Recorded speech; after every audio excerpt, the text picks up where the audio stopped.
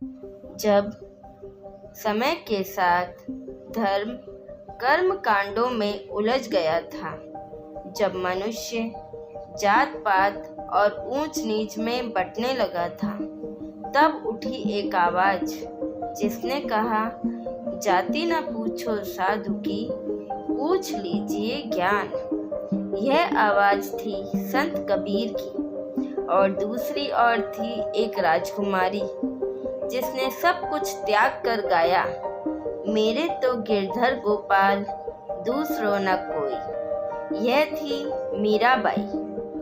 13वीं से 17वीं शताब्दी के बीच भारत में भक्ति आंदोलन की शुरुआत हुई। यह केवल एक धार्मिक आंदोलन नहीं था, यह आध्यात्मिक जागरण था। इसका उद्देश्य था व्यक्ति को सीधा ईश्वर से जोड़ना, बिना किसी बिचौलिए के।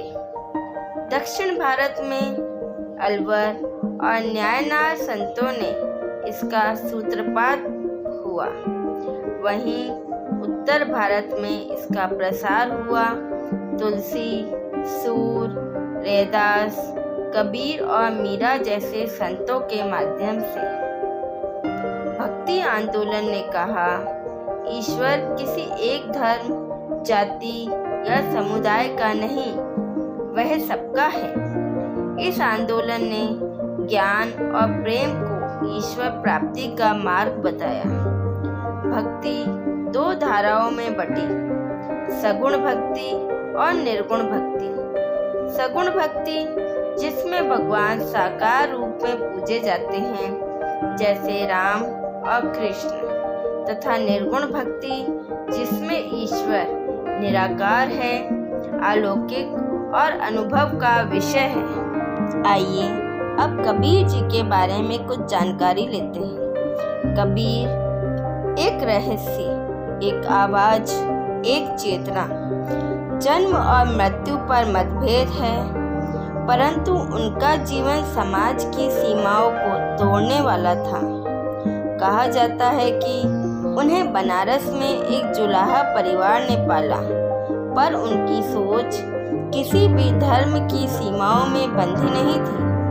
उन्होंने कहा, मस्जिद ऊपर मुल्ला पुकारे, क्या बहरा हुआ खुदाए, राम रहीम एक ही जानो, फर्क करो मत भाई। कबीर ने न मंदिर को माना न मस्जिद को।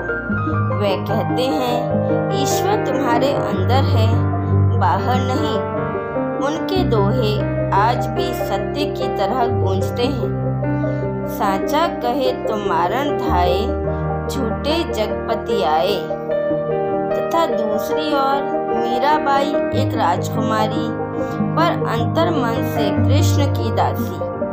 उनका जन्म राजस्थान के मेड़ता नगर में हुआ। बाल्यकाल से ही कृष्ण से उनका प्रेम जुड़ गया था। विवाह हुआ मेवाड़ के राजकुमार से, पर मीराबाई का मन तो कृष्ण में था। उन्होंने समाज की हर बेड़ी को तोड़ा। स्त्री होकर साधु संतों के संग भजन गाना, दरबार ठुकराना, विष का प्याला पी जाना, ये आसान नहीं था। उनके पदों में दर्द भी है, समर्पण भी है और प्रेम तो असीम है। वह कहती हैं, मैं तो सावरिया के रंगराजी, और कोई रंग ना भावे। कबीर और मीरा, एक पुरुष एक स्त्री, एक निर्गुण का उपासक, एक सगुण की भक्त। दोनों का मार्ग अलग, पर मंजिल एक, ईश्वर का मिलन। उन्होंने प्रेम, सरलता और आत्मा की आवाज को प्रधानता दी। उनके शब्द आज भी सामाजिक एकता और व्यक्तिगत शांति का मार्ग दिखाते हैं। जहाँ कबीर ने बाह्य आडंबरों पर प्रहार किया, वहीं मीरा ने भावनाओं की चरम सीमा पर कृष्ण से एकाकार हो जाने का साहस दिखाया। इस श्रृंखला में हम इन दोनों संतों के जीवन और विचारों को गहराई से समझेंगे। उनके दोहों, पदों और उनके पीछे छिपी आध्यात्मिक दृष्टि को। क्या आज भी हम उनसे कुछ सीख सकते हैं?